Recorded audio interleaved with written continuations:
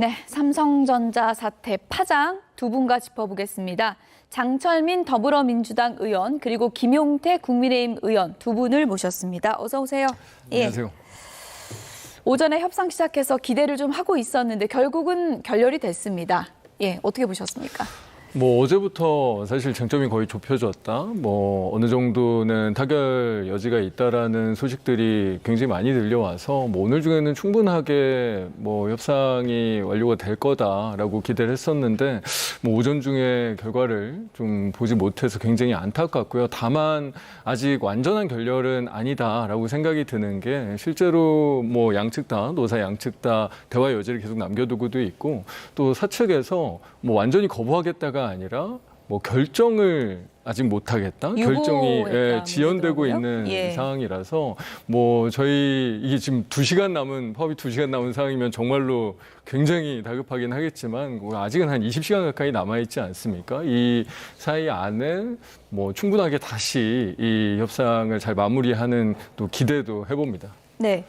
어쨌든 지금까지 전해진 내용에 따르면 그 중노위 조정안에 노측에선 동의를 했는데 사측에서는 이제 유보를 했고 지금 좁혀지지 않은 구간은 한 두세 가지 쟁점이 있는 것 같아요. 아무래도 조금 전에 오동건 기자께서 설명을 해주셨지만 그 성과를 잘 내고 있는 부서에 대한 영업이익에 대한 배분 문제는 100번 양보해서 사측이 받아들일 수 있다고 해도 지금 적자를 면치 못하거나 아니면 성과가 제대로 나지 못하고 있는 부서에 대한 그 이익 배분에 대한 문제까지도 사측이 과연 받아들일 수 있는 것인가 이런 것들이 아마 조정 내용에서 합의하기 어렵지 않았을까라는 생각이 좀 들고요. 전반적으로 삼성전자 이 노조의 파업에 대해서 많은 국민들께서 좀 실망을 하고 계신 거 아닌가 싶어요.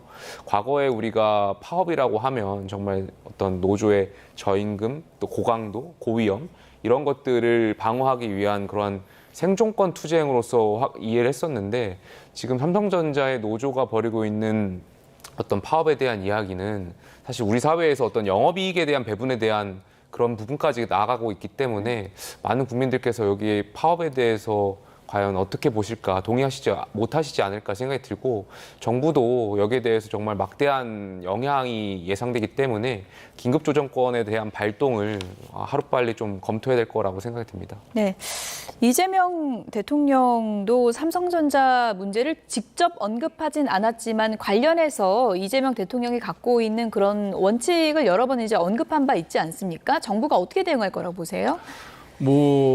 대통령께서도 긴급조정권 얘기를 직접 하시지는 않았지만 지금 삼성전자 사태에 대해서는 분명한 역할을 이제 하실 의지를 저는 보였다고 생각합니다. 김민석 총리 같은 경우에도 긴급조정권에 대한 이야기를 실제로 이제 언급을 했고요. 저희 정부 입장에서도 그렇고 저희 민주당 입장에서도 이 삼성전자가 실제로 총파업에 들어가는 정말 대한민국 경제에 큰 파국 상태로 가는 것은 무슨 수를 써서라도 막아야 되기 때문에 저도 이제 지금 속보가 뜨고 방송 오기 전에 관련된 분들 몇 분한테 좀 여쭤봤지만 정부 입장에서는 이 부분을 좌시하지는 않을 겁니다. 다만 아직은 시간이 있다. 아직은 그래도 오후도 있고 저녁까지 시간이 있기 때문에 저희가 정말로 파국에 들어간다고 하면 정부 차원에서도 분명한 이 조치를 취하겠지만 일단은 이 노사가 그래도 결정하고 다시 만나서 합의할 수 있는 시간적인 여유가 있기 때문에 아마 오후에는 저희가 노사가 좀 타결할 수 있도록 촉구하는 수준에서 일단은 좀 더 지켜보고 그게 이제 되지 않는다면 저희도 명확한 의지를 보여줄 수밖에 없다고 생각합니다. 그러니까 사측에서도 오늘 무조건 대화 끝까지 해보겠다 이런 의지는 강하게 이제 피력을 한 상황인데 최악도 또 이제 대비를 해야 되는 거니까 긴급 조정권 카드가 현실화될 가능성이 파업에 만약에 들어가면 확률이 좀 높다고 보십니까? 파업에 들어간다고 한다면 저는 긴급조정권 발동해야 된다고 생각합니다. 근데 다만 지금 저희도 사실은 구체적으로 이 결렬된 쟁점이 정말로 어느 정도 차이가 있는 건지 세부 사항을 알지는 못하지만 저희가 그냥 전에 듣기로는 큰 차이는 아니다. 방금 이제 김용태 의원이 얘기한 대로 이 사업 부문 간 어떻게 배분할 것인가라는 비율 배분의 문제이기 때문에 이런 문제로 실제로 총파업이 들어가고 실제로 이 긴급조정권이 발동한다는 것은 사실은 너무나 어떻게 보면 노사가 앞으로 사실 회복하기 어려운 상황까지 간다는 거거든요. 예. 그래서 요 정도 수준의 쟁점이 좁혀진 상황이라고 하면 저희는 뭐 중파업 이전까지 그래도 앞으로의 대한민국 경제, 앞으로 삼성전자의 미래를 위해서도 최대한 이 노사 협상의 마무리를 만들어 유도해 나가는 게 필요하다고 생각합니다. 사측에서는 일단은 그 조정안을 받아들일 수 없다. 지금 상태로는 그런 입장이고 과도한 요구를 우리가 이제 수용하게 된다면 우리의 경영 원칙이 흔들린다. 이런 입장을 밝혔습니다. 그렇습니다. 이게 삼성전자에 해당하는 문제는 아닐 거라고 생각이 들고요. 그 앞으로 영업이익에 대한 이 노동자하고의 분배 문제를 어떻게 할 것인가에 대한 사회적인 문제로 확장될 것 같은데 다른 기업의 노사 간의 갈등으로도 확대될 수 있기 때문에 삼성전자 입장에선 그러한 것을 좀 말씀드린 것 같고요.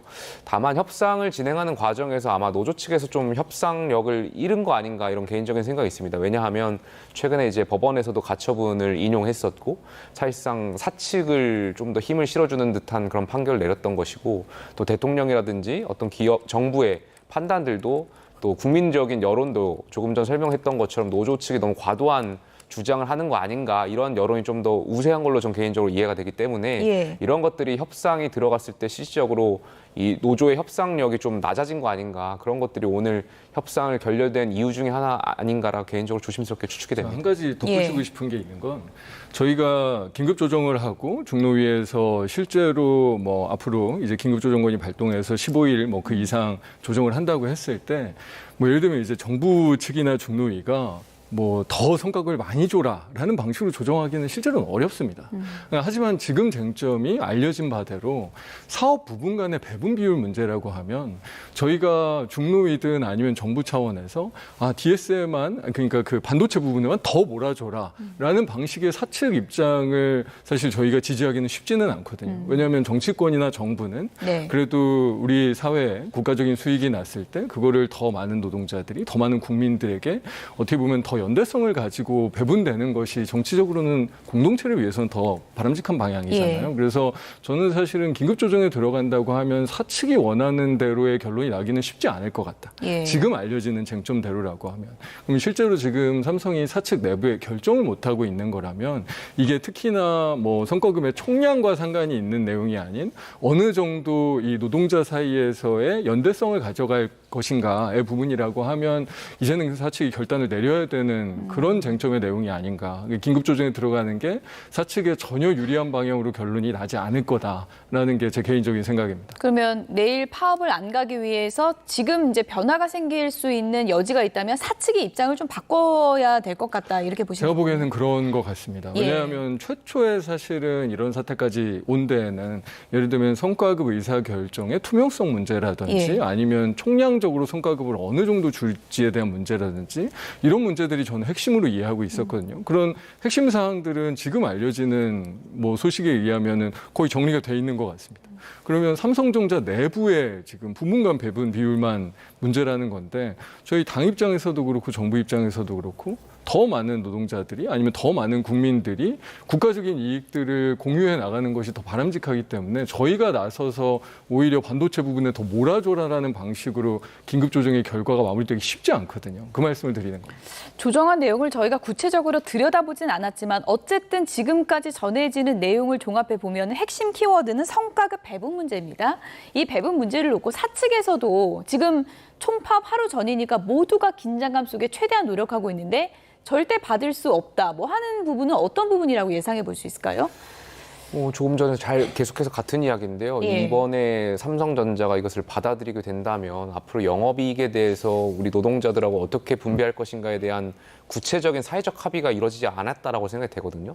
근데 오늘 이렇게 삼성전자에서 이렇게 선례를 남기게 되면 예. 앞으로 뭐 다른 반도체 회사뿐만이 아니라 뭐 각종 종합 회사에 이런 것들이 전달될 것이고 노사의 관계에 있어서 갈등을 계속 유발할 수 있고 지금 노조가 뭐 DX와 DS 또 입장도 다른 거 아닙니까? 그렇습니다. 예. 또 더 나아가서는 예. 최근에 언론에서도 소개가 됐었는데 영업이익이 나고 반도체가 호황일 때는 여기에 대한 이익을 노동자하고 분배할 텐데 가령 회사가 또 또 어려울 때도 있는 거 아니겠습니까? 적자가 날 수도 있을 거고요.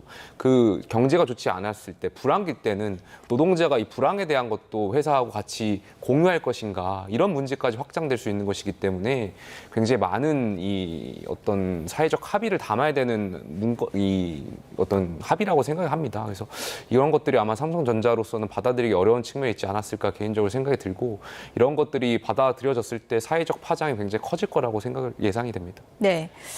언론 보도에 따르면 이재명 대통령이 이제 청와대 비공개 회의에서 삼성전자 노조처럼 매년 이익을 분배하라고 한다면 아마 우리 기업들이 다 해외로 나갈 것이다 이런 얘기를 했다고 지금 전해지고 있거든요. 어떻게 보면은 이런 문제에 있어서 이재명 정부의 뭐 대원칙이라고 할까요? 큰 틀이라고 할까요? 그런 걸 좀 밝힌 거라고 볼 수 있을까요?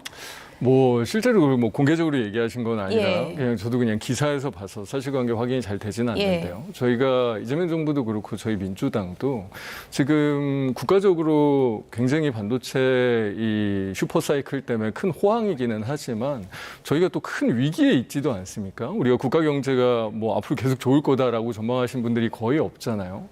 그러면 지금 상황에서 어떻게 이 노사 간에 그리고 우리 경제의 가장 중요한 주체 간에 더 나은 신뢰를 쌓고 우리가 더 미래에 강해진 대한민국을 만들 것이냐가 굉장히 중요한 일이라서 지금 삼성전자 사태와 관련돼서 저희 뭐 대통령부터 저희 당도 이건 뭐 무조건 뭐 이 노동자 얘기를 들어줘야 된다는 입장을 가져온 적이 단 한 번도 없습니다. 앞으로 어떻게 하면 노동시장 안에서 노사가 더 신뢰를 쌓으면서 기업도 대한민국도 발전할 수 있는 길을 찾느냐가 중요한 일이고 저희는 그래서 더 원칙적으로 앞으로 이제 그 집단적 노사관계에 대한 입법, 그게 노동조합법이 됐든 다른 노동관계법이 됐든 실제로 국가적인 성장에 더 목표를 두고 앞으로의 이제 입법 제도적인 측면도 접근해 나가는 게 맞지 않나라는 생각입니다. 이번에 이 사태를 정말로 슬기롭게 지혜롭게 해결하지 못하고 파국 사태로 간다고 하면 저희도 뭐 더 이상 뭐 지금의 어떤 그 이 실용적인 그 노동 정책에서 뭐 어떻게 보면 훨씬 더 좀 적극적으로 개입할 수밖에 없지 않을까 싶습니다. 실용적인 노동 정책이라고 하셨는데 만약에 보도 내용이 맞다면 어떤 의미를 담고 있다고 보십니까? 저는 근데 개인적으로 대통령의 이 초과 이익, 영업이익에 대한 생각, 철학을 좀 헷갈린 것 같습니다. 왜냐하면 저희가 보통 많은 국민들께서 뭐 많은 국민들까지 제가 추측하기 어렵겠지만 어쨌든 흔히들 생각하기에 대통령께서 과거에 대통령 되기 이전에 했었던 메시지라든지 발언들을 보면은 사실상 기본소득을 주장하시면서 초과 이익에 대해서 뭔가 분배하고 싶어 하는 그런 생각들이 있으셨잖아요. 그렇게 예상이 됐었고 추측이 됐었고 최근에 김용범 정책실장도 초과 이익인지 초과 세수인지 뭐 본인께서 말에 대한 바꾼 건 있었지만 어찌되었던 영업이익을 대해서 분배하려고 하는 그러한 측면들이 메시지가 있었는데 오늘은 또 이렇게 언론을 통해서 전해진 바에 따르면 또 그렇지 않다라고 또 해외로 그렇게 했을 경우 기업들이 다 나간다 이런 말씀들을 하시면 글쎄 국민들은 대통령 생각이 정확히 뭔지 저는 개인적으로 저도 정치권에 있는 사람으로서 헷갈린다 이런 말씀을 드리고 싶습니다. 네. 삼성전자 노사 협상이 결렬되면서 노조가 예정대로 이제 내일 총파업을 진행하겠다는 입장을 밝힌 상황이고요. 지금 사업장 주변에 긴장감이 감돌고 있는데요. 협력사와 인근 상인들은 노사가 남은 시간에라도 결국은 타협점을 찾기를 바라고 있습니다. 현장에 YTN 취재기자가 나가 있습니다. 최송훈 기자. 네, 삼성전자 평택 캠퍼스입니다. 네, 협상 결렬 소식이 들려온 이후 어떤 분위기가 있습니까? 네, 협상이 결렬된 이후 이곳 삼성전자 평택 캠퍼스에는 긴장감이 돌고 있는 모습입니다. 아직은 평소처럼 업무가 진행되고 있지만 곳곳에 파업 관련 현수막이 걸린 모습인데요. 정부 세종청사 중앙노동위원회에서 진행된 노사 협상이 결렬됐다는 소식이 전해지면서 긴장감이 더욱 높아진 느낌입니다. 노조 측이 밝힌 대로 내일 총파업에 나선다면 이곳 평택 캠퍼스에서 집회를 진행할 것으로 보이는데요. 평택 캠퍼스에는 직원 14,000명 가운데 무려 10,000명이 넘는 조합원이 파업에 참여할 것으로 보이고 화성 캠퍼스에는 28,000여 명, 기흥 캠퍼스에서는 8,000여 명 등 모두 합해 46,000여 명이 파업에 참여할 것으로 노조는 보고 있습니다. 이런 가운데 실제 파업 돌입 시 타격이 예상되는 인근 상인들과 협력업체 관계자들은 노사가 끝내는 합의점을 찾을 수 있길 바라고 있습니다. 네, 삼성전자의 DX 노조가 초기업 노조를 상대로 낸 가처분 신문도 열렸죠. 네, 수원지방법원은 오늘 삼성전자 DX 부분 조합원들이 초기업 노조를 상대로 교섭 중단을 요구하는 가처분 신청의 첫 신문기일을 진행했습니다.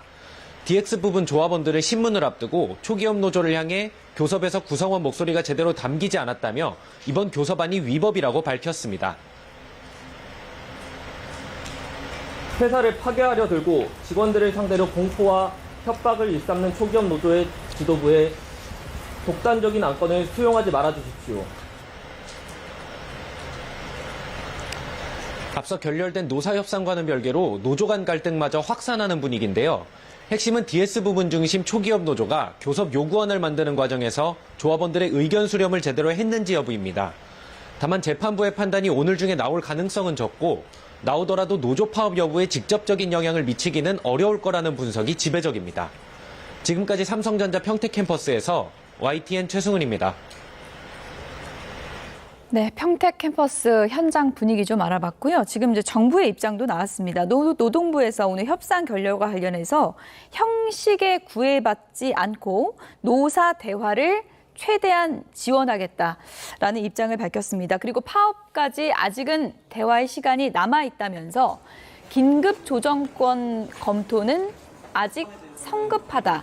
그러니까 이 긴급 조정권 카드를 정부가 생각하기에는 아직 성급하고 더 대화를 해서 타결이 됐으면 좋겠다. 이런 바람을 나타낸 거고요. 지금 이 상황이 최종 결렬은 아니라고 판단한다라면서 노사 대화를 위해서 노력해야 한다라는 노동부의 입장이 나왔습니다. 아직 시간이 많이 남아 있다. 그러면 지금은 일단은 양측이 서로 지금 이제 점심시간이네요. 점심시간 지나고 다시 바로 마주 앉을 수 있을까요? 오늘 상황 어떻게 봐야 될까요? 일단은 사측에서도 뭐 계속 얘기하다시피 결정이 안 되고 있는 상황이다. 뭐 그런 식으로 이제 알려지고 있기 때문에 이 사측에서 내부적인 의사결정 시간이 필요해 보이기는 합니다. 예. 실제로 뭐 관련된 뭐 노동부든 저희 정부하고 또 노측하고 어떻게 보면 저렇게 모여서 조정하는 일들은 어제 오늘 좀 이렇게 지속했는데 안 예. 됐으니까 뭐 몇 시간이라도 사측하고 좀 이 물밑에서 더 협상을 한다든지 여러 가지 입장들을 조율해 나가면서 한다면 저는 사실은 가능할 거라고 생각하는 게 오늘 안에 타결될 것 같다. 저는 노동부에서 최종 결력이 아니다. 예. 실제로 여지가 있다. 시간이 남아 있다라고 이야기하는 거는 그래도 그만큼의 뭐 일단 저희는 지금 협상에 들어가 있는 사람은 아니었으니까 그러니까요. 아마 협상 내부에 있는 이 사람들의 어떤 그 판단이 분명히 저 안에 있는 상황일 거라서 분명하게 그래도 이 정말로 파고까지는 가지 않을 수 있는 어느 정도의 자신감은 있기 때문에 저렇게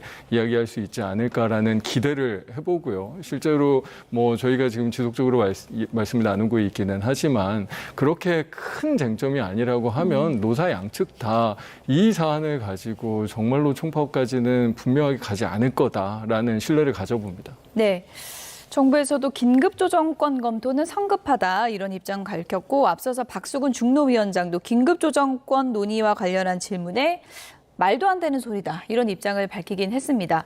최종 결렬이 아니고 다시 대화할 시간이 많이 남아 있다. 그러면 정부에서도 지금 협상 분위기를 보고를 받고 있을 텐데 아직 좀 희망적인 부분이 있다 이렇게 봐도 될까요? 뭐 그렇게 생각도 하지만 전 노동부가 여태까지 뭘 했는지 너무 안일하게 대처했던 거 아닌가라는 말씀을 드리지 않을 수가 예. 없습니다. 왜냐하면 삼성전자 노조가 이 파업과 관련돼서는 벌써 수개월 전부터 예고를 했었던 부분이 있고 그렇다면 이미 수개월 전부터 이 협상에 대해서 정부는 과연 뭘 했는가. 물론 노사의 자율적 협약과 합의가 굉장히 중요하겠지만 삼성전자가 갖고 있는 어떤 위상이라든지 대한민국 경제에 미치는 파급력 또 여러 가지 협력업체의 관계들을 고려했을 때는 거의 국가의 기간산업하고도 같다라고 볼 수 있는 거 아니겠습니까? 그렇다면 이 날까지 오늘까지 오게 된 거에 대해서 과연 노동부는 지금까지 뭘 했느냐. 네. 노동부 장관이라든지 너무 안일하게 대처했던 거 아닌가 이런 비판을 하지 않을 수가 없을 것 같습니다. 네. 어쨌든 뭐 지금은 점심시간이고 점심시간이 지나고 대화가 좀 재개가 되고 나머지 쟁점에 대해서 이견을 좀 좁혀서 오늘 안에 타결 소식이 들려오기를 바라겠습니다. 최종 결렬이 아니다. 정부의 입장도 지금은 이런 입장이기 때문에 기대를 갖고 지켜보도록 하겠습니다. 계속해서 지방선거 얘기도 나눠보도록 하겠습니다. 격전지 여론조사 결과가 계속 나오고 있는데요. 먼저 부산 북구갑 여론조사 결과부터 보겠습니다. 네, 부산 북구갑 여론조사 결과 보시죠. 뉴시스가 의뢰해서 에이스 리서치가 5월 17일에서 18일간 조사한 내용입니다. 보시는 것처럼 하정우 후보 40.4, 박민식 후보 20.9, 한동훈 후보가 32.7%입니다. 양자 대결로 가보면 어떻게 될까요? 하정우 대 박민식이 47.2 대 29.6, 17.6%포인트 차이고요. 하정우 대 한동훈, 지금 보시는 것처럼 딱 붙어 있습니다. 격차가 1.8%포인트 오차범위 냅니다. 이번엔 다른 여론조사도 좀 보겠습니다. 부산 북구갑, 이번엔 MBC가 의뢰해서 코리아 리서치 인터내셔널이 5월 16일에서 18일까지 3일간 조사한 결과입니다. 하정우, 박민식, 한동훈 순서 38, 20, 33이고요. 양자 대결 보여주시죠. 양자 대결, 하정우 대 박민식 48대 30이고요. 하정우 대 한동훈 44대 40. 여기도 오차범위 내로 좁혀져 있습니다. 네, 김용태 의원님. 부산 북구갑 이번 재보선에서 굉장히 좀 뜨거운 그런 지역으로 꼽히고 있는데 양자 대결을 좀 주목해 보면 한동훈 후보와 하정우 후보 간의 대결이 지금 오차 범위 내로 바짝 따라붙었거든요. 한동훈 후보가 이 추세 어떻게 보십니까? 일단은 저희가 몇 가지 변곡점이 있었던 것 같은데 첫 번째로는 이제 민주당의 조작 기소 특검의 조작 기소 공소 취소권을 이야기하면서 사실 전국적으로 판세가 많이 바뀌었다라고 개인적으로 생각이 듭니다. 이런 것들이 아마 부산 북갑에도 영향을 미쳤을 것 같고요. 지금 한동훈 전 대표랑 또 하정우 민주당 후보하고의 양자 대결에서 오차 범위 안에서 안에서 이렇게 가까워진 이후에는 또 이게 실제로 투표장에 가면 많이 달라질 거라고 생각합니다. 무슨 말씀이냐면 거의 비슷하게 근접했다는 이유는 저희 여론조사에는 제가 알기로 알뜰폰이 지금 반영돼 있지 않거든요. 그렇군요. ARS 무선 조사할 때. 근데 알뜰폰 가입자가 우리나라에 한 1,500만 명에 육박하고 있고 이분들에 대한 변수가 있기 때문에 실제로 저 정도의 근접한 여론조사 수치라면 실제로 투표장에 갔다면 누가 이길지 모른다는 말씀 좀 드리고 싶고요. 이런 것들이 앞으로 단일화 이슈도 있게 될 것이고 또 앞으로 내일부터 이제 선거운동이 시작됐을 때 지상전이라고 하는 이런 조직 선거도 많이 가동될 텐데 이런 것들 또 여론조사에 어떻게 반영될지 좀 더 지켜봐야 될 것 같습니다. 하정우 후보 같은 경우에는 지금 여론조사상으로 좀 안전한 일입니까? 아니면 지금 상당히 좀 쫓기고 있다 이렇게 봐야 됩니까? 방금 여론조사 같은 경우에는 일종의 약간 단일화가 된 것을 가정한 것들이 거니까? 많잖아요. 그러니까 양자 대결 같은 경우에는 솔직히 그렇게 녹록치 않은 상황인 거는 분명히 있는 것 같습니다. 다만 지금 단일화가 될 가능성이 있느냐. 예를 들면 박민식 후보 같은 경우에는 어젠가요? 단일화 될 가능성이 1%도 없다라고 아예 그냥 딱 잘라 이야기하던데 실제로 당 차원에서도 그렇잖아요. 지금 국민의힘이 이 한동훈 후보를 위해서 박민식 후보를 공천 취소한다거나 하는 일은 아예 발생하지 않은 일이지 않습니까? 그래서 북각 같은 경우에는 양자 대결 가능성은 아예 상상 속에서나 정말 이렇게 가정 속에서나 현실에는 없는 얘기입니까? 현실에는 아예 없는 이야기이기 때문에 저는 사실 북각 같은 경우에 하정우 후보가 위기 상황이다라는 데 동의하기는 쉽지는 않고요. 다만 선거일이 가까워 오면서 실제로 양쪽 지지층이 굉장히 많이 결집하고 있고 특히 부산 같은 경우에는 워낙 저희 당이 그렇게 녹록한 곳은 아니기 때문에 후보도 그렇고 저희 당도 그렇고 훨씬 더 치열하게 앞으로 선거운동을 해나간다면 분명하게 하정우 후보가 승리할 수 있는 상황이다라는 생각이 들고요. 지금 48 이 정도 지금 양자 대결에서도 어느 정도 나온다는 거는 그래도 저희 민주당 지지층이 거의 다 결집하고 있다라고 보여지기도 해서 저는 그렇게 비관적으로 보지는 않습니다. 네. 어쨌든 하정우 후보도 보수 후보 단일화를 현실에서는 바라지 않는 그런 시나리오일 텐데 한동훈 후보 지금 전략은 얘기를 보면은 표심 단일화, 민심 단일화를 원하는 것 같아요. 그러니까 박민식 후보와 현실적으로 단일화하는 거는 시간상으로나 정치적으로 쉽진 않지만 표심으로 단일화될 것이다. 이런 기대인 것 같은데 어떻게 보세요? 아무래도 한동훈 후보라든지 박민식 후보하고의 격차가 조금 더 벌어지게 된다면 한동훈 후보가 말씀하셨던 것처럼 이른바 이 표심이 몰릴 수 있는 가능성도 커질 수 있다라고 생각이 듭니다. 다만 지금 박민식 후보 같은 경우는 상대적으로 그 세 후보에 비해서 좀 지지율이 낮게 나오시는 것 같은데 그 이유가 국민의힘의 지도부라든지 과거의 어떤 기조에 대한 어떤 실망감 이런 것들이 고스란히 반영된 결과라고 생각 들고요. 내일부터 실질적으로 이제 선거가 들어가게 되면 선거에서 또 중요한 요소 중에 하나가 이 조직이거든요. 근데 아무래도 무소속 후보보다는 이 박민식 후보가 갖고 있는 당 조직이 있기 때문에 실제로 이 조직들이 활동하고 하는 것들이 좀 여론조사에 반영되고 나면 또 어떻게 될지 모르는 변수가 있다는 말씀 좀 드리고 싶고요. 여론조사도 볼 수 없는 기간이 이제 그렇습니다. 또 예, 이게 예. 솔직히 여론조사 추이를 볼 수 있는 기간 지금 며칠 안 남은 거잖아요. 예, 예. 그러니까 여태까지는 공중전을 위주로 해서 예. 반영됐고 다 중앙당의 어떤 이미지라든지 과거 이제 기조 이런 것들이 반영됐더라면 이제 내일부터는 선거운동원들이 이제 활동을 하시고 또 당 조직과 또 당 국민의힘 같은 경우 또 면이나 동마다 이런 조직들이 예. 있을 거 아니겠습니까? 또 조직들이 활동을 하면서 여론조사의 수치가 또 변할 수 있는데 예. 어쨌든 어떤 박민식 후보가 됐든 또 한동훈 후보가 됐든 이 격차가 많이 벌어지면 벌어질수록 벌어지는 후보한테 표가 쏠리는 현상이 발생할 수도 있다. 이렇게 그러니까 생각됩니다. 압도적인 2위가 누가 되느냐 그게 그렇습니다. 중요하겠군요. 예. 북구갑 여론조사 추이 이번 주에 어떻게 좀 진행될지 보겠고요. 평택을 지역으로 좀 가보도록 하겠습니다. 평택을 여론조사 결과 준비돼 있으면 좀 보여주시죠. 네, 정말 누가 될지 모르겠다라는 지역이 경기 평택을입니다. 지금 보시는 것처럼 김용남 31, 유이동 17, 조국 27, 김재현 2, 황교안 7% 이렇게 나타나고 있고요. 다른 여론조사 결과도 보겠습니다. 앞선 여론조사가 MBC가 의뢰한 조사였고요. 이번에 유시스가 의뢰한 여론조사 결과입니다. 여기서는 이제 조국 후보가 가장 높습니다. 29.3, 김용남이 25.5, 유이동이 22.4, 김재현 6, 황교안 후보 9.4% 기록하고 있습니다. 네. 5명의 후보가 각축전을 벌이고 있는데 김용남 후보가 제일 높은 데도 있고 조국 후보가 제일 높은 데도 있고 이런 여론조사는 어떻게 좀 우리가 분석을 해봐야 됩니까? 분석이 안 되는 거죠. 분석이 안 되는 겁니까? 실제로 예. 왜냐하면 요즘에 여론조사에 뭐 저도 이제 선거하는 입장으로서 예. 이렇게 보면 저희가 추세에 대해서는 굉장히 유의미하게 분석을 하고 의미를 받아들이는데 그냥 개별적인 수치가 어떤 의미를 가지고 있나라고 보면 사실은 그렇게 쓸만한 느낌들은 아니거든요. 그래서 예. 지금 뭐 숫자가 의미가 있다기보다 정말로 굉장히 엇비슷한 상황으로 가고 있구나. 다만 이 김용남 후보든 조국 후보든 유이동 후보에 비해서는 그래도 경쟁력을 지금 다자 구도 안에서도 갖고 있구나라고 하는 게 제가 보기에는 더 중요한 포인트 같습니다. 그래서 예. 실제로 지금 뭐 단일화 얘기도 복잡하게 나왔었고 뭐 조국 후보 드랍하고 뭐 이쪽으로 와라 뭐 이런 이야기들도 있고 예. 다양한 이야기는 있기는 하지만 예. 저렇게 되면 실제로 뭐 저희 민주당에서도 김용남 후보가 반드시 당선되기 위해서 총력을 기울일 수밖에 없는 상황이 돼 있는 상황이고요. 조국 후보 입장에서도 지금 상황에서 저렇게 1등 나오고 있는 뭐 여론조사도 있는데 드랍할 가능성 아예 없지 않겠습니까? 예. 그러면 결국은 다자 구도로 여기도 단일화는 현실에서 불가능합니까? 저는 간단한 얘기는 아닌 것 예. 같습니다. 저희 민주당이 뭐 공천 취소를 할 일도 아니고 예. 사실 뭐 조국 후보도 지금 뭐 본인이 이제 후보 사퇴를 한다고 갑자기 무슨 합당이 추진되거나 하는 것도 아니잖아요.